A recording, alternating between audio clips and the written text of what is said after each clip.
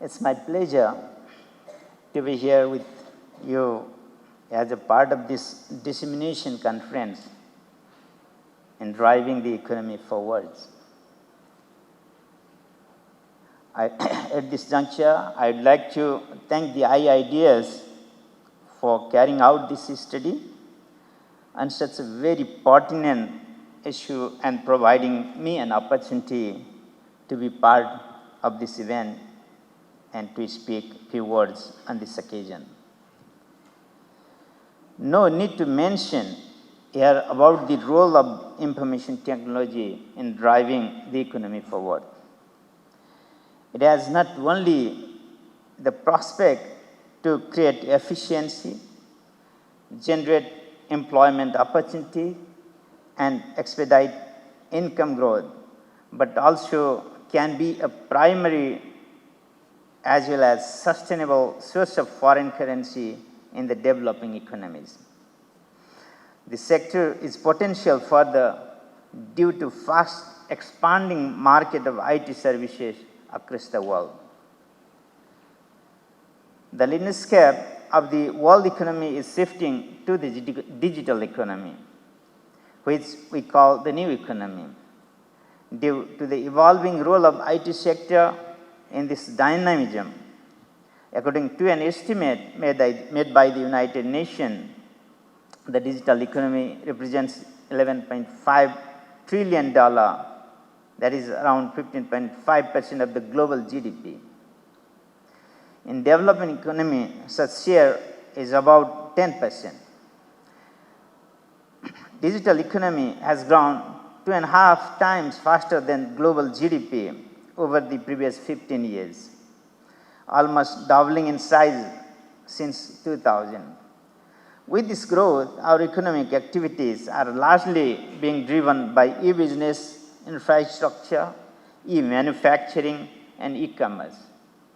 It has changed our life so quickly: work from home, shopping online, and pay digitally.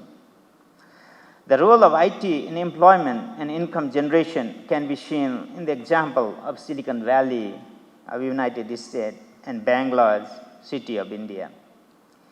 The population of Greater Silicon Valley area is less than 10 million, but its output equivalent to the 17th largest economy of the world. And per capita income of the valley was greater than $120,000 US, surpassing Luxembourg, which ranked first in the global per capita GDP in 2019.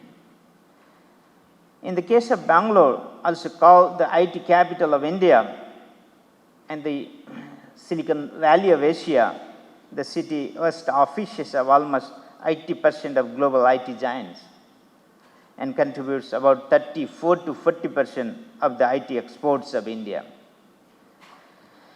In case of Nepal, IT sector has huge potential of transforming our economy. Over the last few years, demand for e-commerce and digital payments have significantly increased. Digitization of government services, including education, health, and public administration, has increased the demand for IT services. This has in turn increased the demand for IT professionals in the domestic market. More important than this is the world IT market, which is expanding faster than in other sectors, creating vast potential for Nepalese IT professionals. The government of Nepal has given priority for the growth of this sector. As stated by our Honorable Minister earlier, government has listed IT and business process outsourcing as priority export service sector under the Nepal Trade Integration Strategy. In addition, the government has recently come forward with a policy of facilitating the tech startups.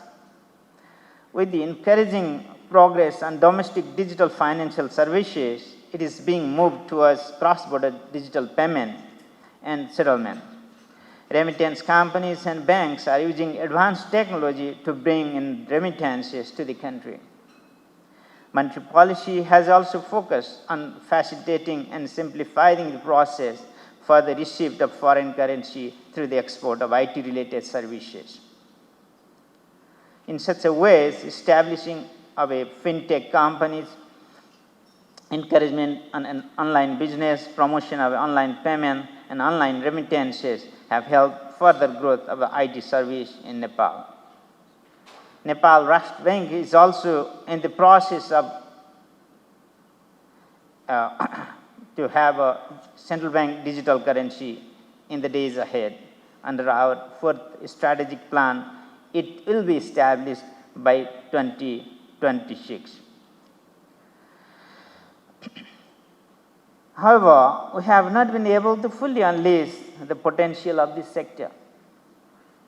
The share of the information and communication service in GDP is less than 2%, and the sector has grown just 2.33% over the last decade. Total foreign investment commitment in the IT sector till 21-22 was just 12 billion Nepalese rupee, which is around 3% of the total investment commitment in the economy. To reap the opportunity from the new economy, we need to introduce integrated solutions, such as introducing legal reforms, establishing the IT capital, strengthening the physical and digital infrastructure, making the cross-border payment efficient and less costly, and adopting tech-friendly government policy while maintaining competition. We probably need to develop a comprehensive national strategy to become a player in the global IT industry. Such a strategy should include a specific program, policies, and institutions aimed at building skill and markets. This will harness the emerging global demand with our economic activities so as to build a better future for all of us. In addition to the traditional demarcation of software development as the IT industry, our focus is being leveraged and transferred to the emerging areas of information technology, such as cloud computing, artificial intelligence, automation, quantum computing, Internet of Things, digital marketing, data analysis, and cybersecurity, among others. While we go for the IT industry from a global perspective, we should target the big market. More than half of the revenues of high-tech companies such as Apple, Google, Facebook, and Cisco comes from overseas. We have also the potential to go that way. Another aspect that we lag behind is the spending on the research and development. In 2019, Google spent $26 billion and Apple spent $16 billion on research and development. Without spending much on innovation, we cannot benefit from the changing dynamics of the IT market. I hope the study done by IITS has clearly highlighted the status of IT-related activities in the economy and their growth as well as export potential. I completely agree with the findings of the study just presented by Dr. Amrita Sharma that this sector has the high growth potential and can be a sustainable source of foreign currency earning for the country. Finally, I would like to thank once again all researchers, scholars, and IITS team again for their efforts for exploring the dynamics of the IT sector of Nepal and producing a report with important policy inputs and recommendations to the relevant stakeholders and policymakers. I stop here. Thank you once again for your kind listening. Thank you.